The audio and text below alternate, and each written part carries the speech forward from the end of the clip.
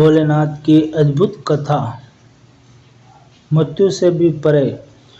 प्राचीन समय की बात है। हिमालय की गोद में गहन जंगलों और बर्फ से ढकी चोटियों के बीच कैलाश पर्वत स्थित है। यहीं पर पवित्र धाम है जहाँ साक्षात देवों के देव महादेव निवास करते हैं। कैलाश का वातावरण साधारण नहीं है और न कोई दिन है न कोई रात, केवल अदृश्य शांति और दिव्य ऊर्जा। कहा जाता है कि जब कोई साधक वहाँ ध्यान करता है तो वह स्वयं जीवन और मृत्यु का रहस्य ज्ञात होता है। एक बार की बात है, ऋषि भृगु कैलाश पर्वत पर महादेव के दर्शन हेतु गए थे। वे महादेव के सामने खड़े होकर बोले, हे देवादिदेव देव महादेव, मुझे ये रहस्य बताइए कि मृत्यु से बड़ा सत्य क्या है। क्या मृत्यु ही अंत है या इसके बाद भी कुछ और है? महादेव मुस्कुराए।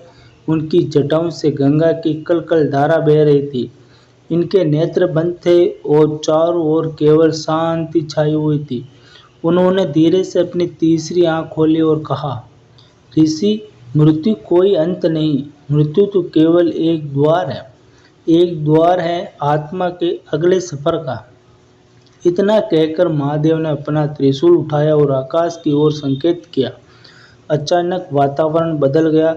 ऋषि भृगु ने देखा कि उनके सामने असंख्य जीव जंतु, मनुष्य, असुर और देव सब एक ही चक्र में बंधे हुए हैं। जन्म लेते हैं, जीते हैं और मृत्यु को प्राप्त हो जाते हैं। महादेव बोले, संसार का यह चक्र अनादि है। जो जन्म लेता है उसे मृत्यु अवश्य मिलती है, परंतु जो मृत्यु के भय को जीत लेता है वही अमृतों को प्राप्त करता है।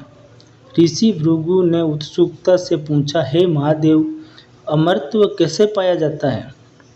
महादेव ने उत्तर दिया, भक्ति और ध्यान के मार्ग से।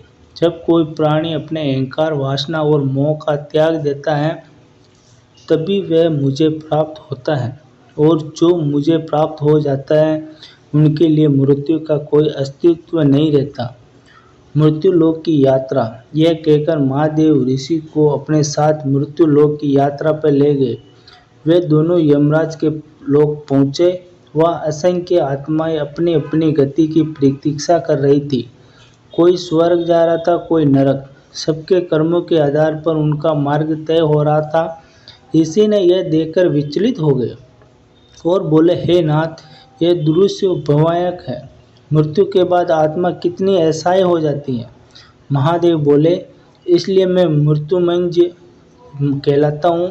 जो सच्चे मन से मेरा स्मरण करता है, महामृत्युंजय मंत्र का जाप करता है, उसे मृत्यु का भय नहीं सताता।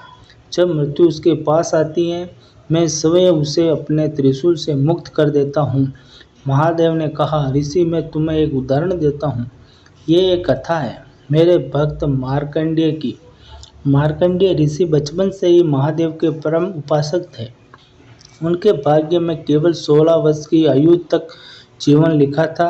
जब उनकी मृत्यु का समय निकट आया, यमराज उनके प्राण हरने आए, लेकिन मार्कंडेय शिवलिंग को पकड़कर महादेव का स्मरण करने लगे और महामृत्युंजय मंत्र का जाप करने लगे।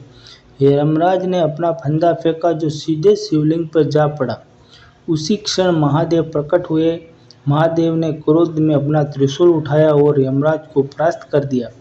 फिर बोले, मेरे भक्त को कोई मृत्यु नहीं छू सकती। आज से मार्कंडेय अमर रहेंगे।